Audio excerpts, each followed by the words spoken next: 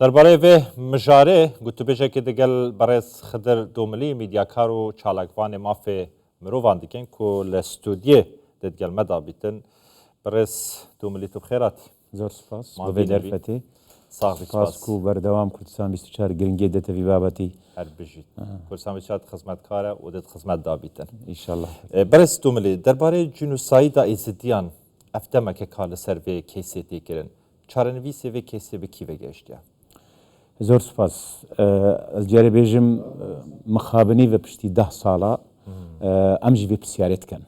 چالاکوان و تایبەتمەند و ماف پەروەر و ماف ناس و یان ئێزدیا و یان دۆستێن ئێزدیا و هەڤالیان ئێزدیا بێ پرسیارێت بکەن ئایا چارەنویس کوڤەچوو تایبەت سبەهی ڕۆژەکە وەکو بێژن جۆلانەوەیە سبەهی یونیتات ئاخر ڕۆژاوانە لە عێراقێ تیمە یونیتات کە ئێکش میکانزمێن نێودەوڵەتی بوون بۆ چاودێریە پرۆسا کۆمکردنا بەلگەیە و ڕێکخستنا بەلگەیان بۆ وان تاوانێن داعش ئەنجام داین و ئەوێ تیمێ راپۆرتا خۆ سەلماند کو ئەفسەرە ئێزدیا هاتی جینۆسایدە و بسەرا پێکهاتندی هاتی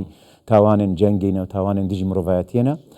لەومانەجی سبەهی وەختێ ئەو دماهی تێت سێ پرسیارێت سەرەکیەت مەزن دەمینن پشتوە ئێزدی گەلێک دڵگرانن پرسیارە ئێکێ ئەوە چارەنویسێ وان بەلگەیە دێکوڤەچێت دێچلێت دێچوایەنە بکارئینان دوو بابەتێ گۆڕن کۆمەڵ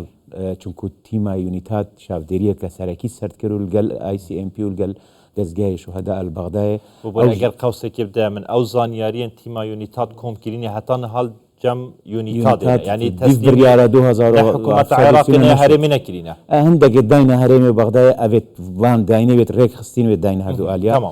بابەتی دوێ بابەتی گۆڕن کۆمە چونکو ڕاستیژی کۆمەکەوان والشنگاریە نێزیکی 34 جوان پێدوی بە کۆلینێنە پێدوی هەلکردناوان هەستیانە بۆ DNA و ئەو ڕاستیش ئەوەش دێگەلک لاوازی کەفتێ و ئەم ترسن و ئەنەهۆ پشت گوه بێخن بابەتێ سێ گەلک گرنگ ئەوە و ئەو مەحاکمێ دێنەکردن سەر ئەساسی وان بەلگەیە دێ چاوە بن دێکی دیفچۆنێکە دێ چاوە ڕێکی خستن ڕاستیشی بێگومان ئەف هەرسێ بابەتە گەلک گرنگن چونکو ئەوە جەرگێک کەیسە جینۆسایدێ بەردەوامیە پێدەن و زێندوو بوونیە بەڕێز دوملی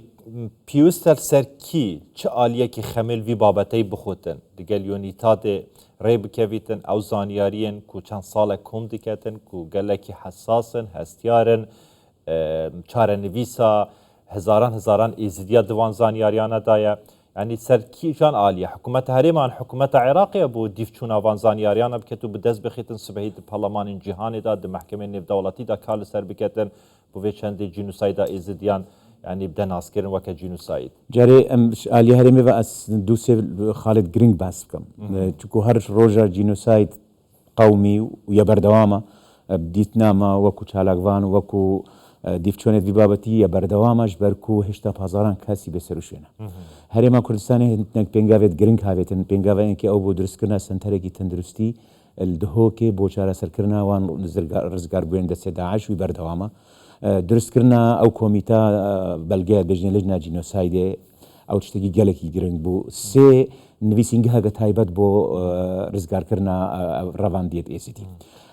زێدەباری وێ چەندێ یا چارەش بیر نەکە بەڕێز دوملی هەفکاریکردنا ڕزگاربووین ئەوە قەستێ من ئەوە میکانزم بوون شنو بۆ هاریکاریە شنو بۆ دوو شتێ دیژێت گەلێکی گرنگ گەلێکی گرنج بلیک و بە حەواندنا سەدان هەزار ئاوارە شتێت گرنگ ئەو بوو ئافت شتێت کۆمکردین و گۆڕن کۆم و دائیمان دیف پێوەرن نێودەوڵەتی تاتنە کۆمکردن و ڕێک خستن حکوومەتە هەرێمێ ئەفت شتە هەموو بەرسینگی بەغدادانە لێ مخابنی و ئەوان گەلک هەفکاری نەبوو نۆژینەت هەفکارن ئەگەت هەفکاروانە چێت بێت بابەتێ گۆڕن کۆم زووتر بڕێ بەچۆبە ئەگەت هەفکاروانە ئەفداتا و زانیاریە لەگەل نویسینگەها ڕزگارکردنا ڕەواندیەن ئێزدی ببانە قاعدەت بەیاناتە بۆ دیفچۆنەوانێت بندابووی ئەگەت هەفکاروانە دێ وەختی هەرێما کوردستانە پێنگاوەکە مەزن سەرۆکی هەرێمێک و گوت ئەم دێ دادگاهێکی هەرێمی چێکەن دا تاوانبارن داعش وێرێ چاودێریە نێودەوڵەتی بێنە تاوانکردن یەکسەر هێشتەوان پرۆژە نەدیتی ڕەفز کرد طبعا ئەوە دلیلی وێ چەندێک و ئەو نەت بەرهەبن دیف پێوەرن نێودەوڵەتی سەرەدەری لەگەڵ کەیسێک باشە بەڕێز دوملی لەوانە ئەڤە پرسیارە ئێزیدیان بیتن کە سوکارێن ئێزیدیان بیت ئەوێن کو وەنداینە ئەوێن کو کە سوکارێن وان هاتینە کوشتن گۆڕێن بە کۆمدا مابن دەبێژن کو لە 13 وڵاتên cîhanî کەیسا ئێزیدیان بە جینوسایت هاتیە ناسکردن دهمبردا چ استفادهیک چ سودک بو ایزیدیان هبویه داره اگر ام زانستی و کلینه و جینوساید بچنیه گلک شتکی گرنگه بو نمونه ارمینیا 42 ساله چاوره به هتا یکم ولاد اوروغوای ساله شستو هندك اعتراف فكر ونهوجي هشتا ولات اذا جبلي كتشتكي معنويه تشتكي حافظك ودجارك دي اف كيس دوباره نبنفع تشتكي حافظك وفشار سر دولة عراق تتكرن كو جينوسايد والفيري تشوي چناب جارك دي اف ملتا بنا قرباني افوي چند راد كين لازم حكومه عراق هندك بيرابونن دكمان بيرابد كو قربو كرنا ازديايا معنويه نفسيه ماديه هموتشتي بلانا دبت لي مخابني وافتشتنينا باشا بس برز دوملي يعني سيزدا ولاتان دما كيسك بجينوسايد دايا ناس كرن دفيتن شبلي لاني معنوي لاني مادي آريكار بندقل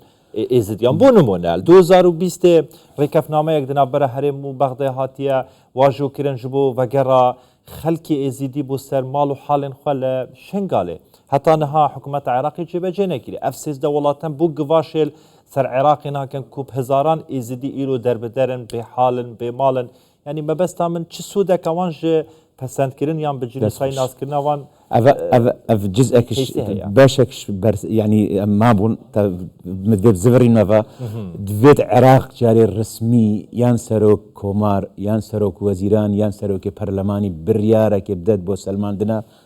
او ابسري ازياتي جينوسايدا او دا برپرسیارەتێت وێ درستی بێنەرەکە خستن و دا بتر فشارانی دەوری بێتە سەرێ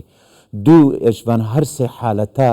ناکو بۆمە ئەمێ هەستکەن وێ جینۆسایدی کچکۆکتکەنت بەندێکیدا ئەش یاسایە ڕزگاربووان قانون ناجیات ئەت بەندێکی وەگوتین ئەو ئەفسەرە ئێزدیا هاتین بەندێکی کچکۆک یعنی نەگوتینەشبی بەندی دەکەم مەسئولیەتە دەولەتە عراقی بەرامبەری بێ چەندە هەمووێت ئێخستینت قانون ناجیاتە لەومانێژی ئەڤە توت بێژی ئەڤە بەشێکش پرۆسە بژنە عەدالە انتقالیە قانون ناجیات بوو ڕێککەفتنا شنگارێ بوو ڕێککەفتنە ناڤەرە هەرێمی بەغدای بۆ دروستکردنە سەقامگیری لواندەڤەرە ڕێککەفتنە ناڤەرە هەرێمی بەغدادە و جارێکە دی ئەف ئاوارە کەرامەت بزڤرنەڤە قەرەبوو بێنەکردن نایانی بدنە لە عبایەکە سیاسی لێ مخابن ئەوە ئەم بینن بلی جهدێن وێ دوماهیێن ڕاستی ژێت سەرۆک وەزیران محەممەد شیع سوودانی هەندێک پێنگاوێت گرنگێت هاوێتین بەس ینی ئەڤانەوە ئەوە دروستکردنە گوندێ کۆچۆ مۆنۆمنتە گۆڕێ کۆچۆ ئەvە کابرا دوێتە شۆڵ بەس دیارە دەستکردی دوراویە دەست ناهێلنا جددی ئەف پرۆسە بێت بەلکو گەلک لایەن نەبێنە سەقامگیری شنگار دروست بن وەختی نەبێن سەقامگیری شنگار جوواکە نێو دەوڵەتی دەچی مینێت دەزیدەی وێ فشارێ مینێت کە و پشتەوانی ڕزگار کورتی لەوانەیە ئەف پرسیارە تایبەتمەندیاتەژی نەبیتن کی ناخوازیتن کو شنگال بۆ شنگالیان بیتن گەلک جهەت و لایەنەت هەین گەلک جهەت و لایەنەت هەین نەبێن سەقامگیری لێرە چێ بێت چونگ و سوودمەندن گەلک جهەت و لایەنەت هەین ئەم نەشە ناوێدەمە چونکو وان دێت وەزعی وەسابەت بە تر هێزاوانە لێ دەرەیە بەتر دوێن گۆڕینا دیمۆگرافیە درێژخایانە پێشیاوانە لەومانێژی شنگار کەیسەکە نێودەوڵەتیە کەیسەکە هەرێمایەتیە کەیسەکە ناوەرە بەغدای و ئەربیل لێدەیە کەیسەکە گرێدای ئێزدیە دەبێت ئێزدی چارە دوێ باوەریە دەکۆ بڤان نزیکان کەیسە شنگالێ چارەسەر ببیتی تر شنگالی وەگەرنە سەر ماڵ و حاڵێن خوا بە ئەسوێ باوەریە دەنینم نێزیک دە چارەسەر بێت ئەگەر پلانۆسابێت مەرجێکی ئەگە ئێرادەیەکە سیاسیە جددی بەغدای هەبوو بۆ سەپاندنە سەقامگیریە شنگارێ گۆهداری بوون دەنگێ ئێزدیان و لە هەموو لایەنن هەف پشک تێدە بەشدار بن و هێزەکە ئیداریە هێز وێرە بێت و شنگار بتە جهەکی ڤالاش چەکدارێن جداجدا وش نوژیان لێ دەست پێ بکەتەوە مەرجێ دوێ قەرەبووکردنەکە کەرامەت یعنی نە 4 میلیۆن ئەبدەمە خێزانێکێ نەشێت حالێ خۆ پێ بێت سێ